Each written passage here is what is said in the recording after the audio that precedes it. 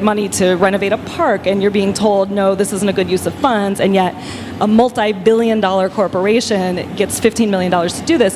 Our members were rightfully upset. So we did this action last month, and we had this big golden toilet, which we thought symbolized just the excess and the greed of a company like CME, and we marched and the crapola. Yes. And so we marched to the headquarters and we presented. We had a big bow on it. It was very nice. We went into the lobby and we asked to speak to Chairman Duffy, Terry Duffy. He's the chair of the CME, and he wasn't there. They spend a lot of time in Florida in the winter, these bankers, so he wasn't there. But we presented the toilet and we said, there you got your fancy bathroom fixtures. Please give us our money back. And the following week, they, in an unprecedented move, announced that they would be giving back or relinquishing their claim to this $15 million in TIF that they were awarded. So I think... Can I say thank you? Yeah. Thank you. Well, thanks to our wonderful coalition members. I mean, this really was... We had Shawnee Smith, who's an activist with Soul, Southsiders Organizing for Unity and Liberation, and she was wonderful, and she kind of did the presentation. And so I think, again, this is just an issue of money going to the wrong places. I mean, we have neighborhoods at the wrong in need. Time. That's right. At a time when we have a huge budget deficit, when we're slashing funding to programs all across the city. Right. How can you justify giving the richest company in the city our tax money to renovate its bathrooms? Right. So it was a successful action. Yeah, that's very successful. That's terrific. Let's go back to the request for the city to give equal money, whatever they spend on the NATO meeting, NATO summit, to give equal amounts back to Chicago's communities. How are you pursuing that? What's the pressure on the city, the publicity campaign, the organizing among organizations? Tell us a little bit more about that, because I really think that it's as you pointed out, that people really get this, that okay, if you're going to do this, what about this? At a time when we're all in need. So let's pursue that a little bit. Well, that's exactly what we're planning. So we delivered the letter to the mayor last week, calling for the creation of this fund. I mean, and don't get me wrong, I think the best outcome is that no summit is held here, that we don't have the G8 or NATO. It's really going to have NATO though. We will, exactly. And from what the city's saying, it's going to cost just as much. The security issues are going to be the same. The disruptions are going to be the same. So even though we're down to one summit, it's still taking the same toll on the city. So we're working with our... As a business owner, I don't think that's very responsible budgeting. It's cut in half from 4 days to 2. Yeah. Okay. Right. Just onward. Well, and it's funny too, because again, they're saying that they haven't done an official cost analysis of this, and yet they're saying, but don't worry, it's going to be great for the city. Is irresponsible business running. That's right. So now we're working. So we're a couple months out away from the summit. So we're working with we have a very broad coalition. So we're working to figure out what makes the most sense for all of us going forward. But our direct actions have been very successful when we were talking about with the CME, when we've asked, when we've kind of highlighted these issues of corporate welfare and of corporate responsibility, we've actually gotten some results. Mm-hmm. So I think it might be a matter of continuing those kinds of those actions and escalating those kinds of actions and working together as a coalition. Okay, the fellow who was on before you, Tom Clark of the Community Media Workshop, his whole reason for being is to get coverage of community efforts as opposed to the sort of reporting that now happens as a result of there not being too many actual reporters. How do you get stand-ups, events, and policies covered? And how successful or not have you been?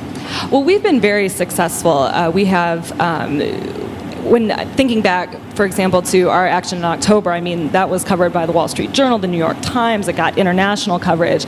That was really, but it's local reporters like Tom and other local bloggers and that have really been paying attention to our work, really have given us great coverage, and so it's kind of a blend. I mean, it's always nice to see your jobs proposal covered in the Wall Street Journal, but at the same time, it's really the local coverage and the local news that, and they have been paying attention. When we have actions, we get news cameras out there and folks are reporting on it. So, and I think it's simply because it really is, we really are, it's of interest. This is of interest to 99% of Chicagoans, the kind of work we're doing. Cool. Michael, you're just sitting back there. You're relaxing. Soaking up the information. Do you have another question for Elizabeth? Well, I guess I would just ask sort of a personal question. You're a policy analyst. Now, how did you decide to become a policy analyst? You came out of Columbus, Ohio. Did you grow up in Ohio? Yes. And how do you like living in Chicago, and how long have you been here? I love it. I really, really love Chicago. It's always nice to be in the Midwest. Kind of the capital of the Midwest. It is, and it's the logical place where people from Ohio. Oh, it's the heartland. Yeah, it is. It is the heartland.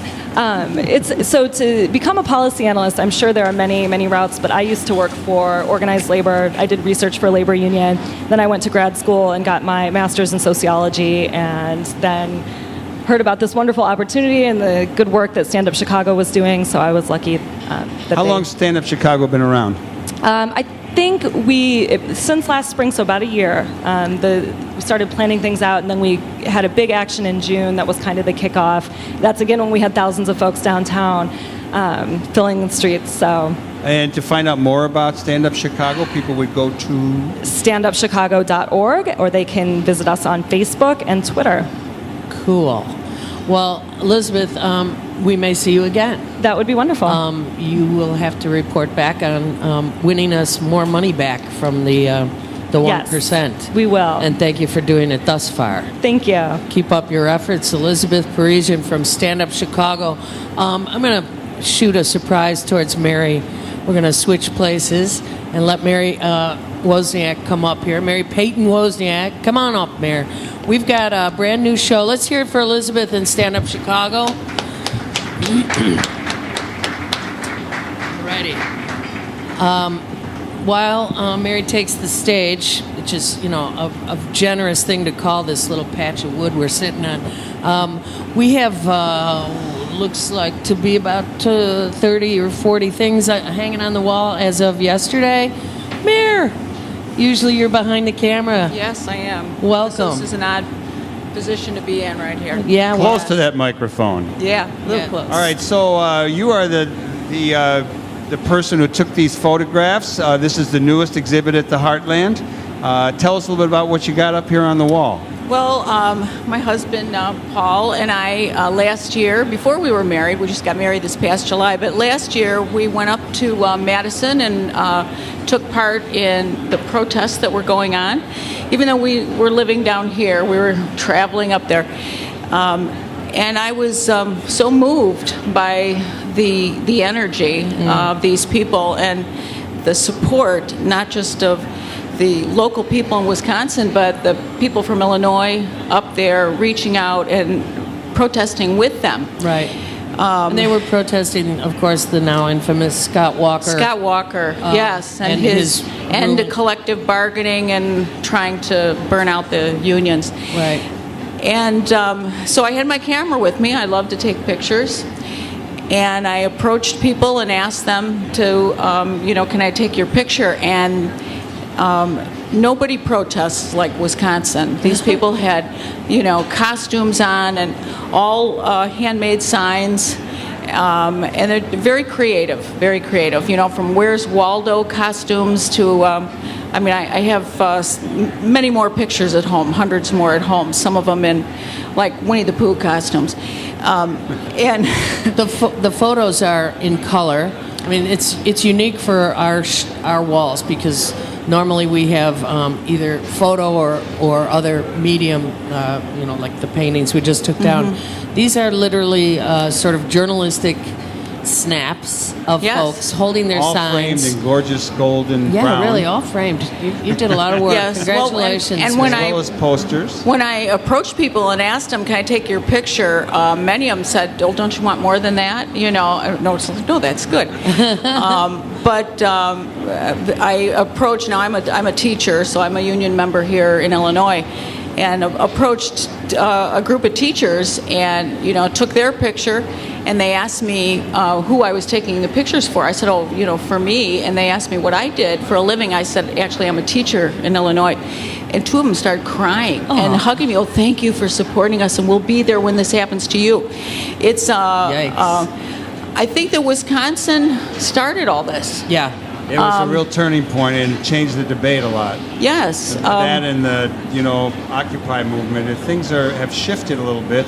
I think we all are pretty grateful, but we have a lot of work ahead of us. Yes. And I think for most of us, we view Wisconsin as people that are, living our vacation life. And if these people can put their lives aside and day after day after day bombard that Capitol, how could we, stand by and not stand up for what we feel is One right? of my favorite posters that you've got in a picture is a guy holding a poster that says, Fox News will lie about this. Yes. That was perfect. We're going to run out of time, but this is going to be up for a while, the show, your show. But where does it stand now? Is there a recall vote in our future, or what's going on? They needed a certain amount of signatures to recall him, and they've gotten double the amount of signatures that they needed. And of course, all that is in the making. And in the meantime, Walker continues. I know. He continues It's cutting incredible. people's rights. So it's just a piece of what's to come for many of us. I think that's the sad Well, we want to aspect. thank you for coming on, and we always want to thank you for the great work you do. I want to point out that Paul Wozniak, I know you guys were childhood sweethearts. You probably brought him back he was living up in Green Bay doing environmental work. Yeah, I kidnapped him and brought him back to Chicago. Good. That's where he ought to So be. we want to All thank for the Paul better. and Mary Wozniak. We want to thank Angel Herrera. We want to thank Eli Sloan downtown. We want to thank Lisa Smith, Dan Kugler, Laura Herman. We want to thank everybody who makes this show possible. And we want to say, do good in the world and be grateful. The world needs all the good work that you do. All power to the people. Over and out. Go right on the mic.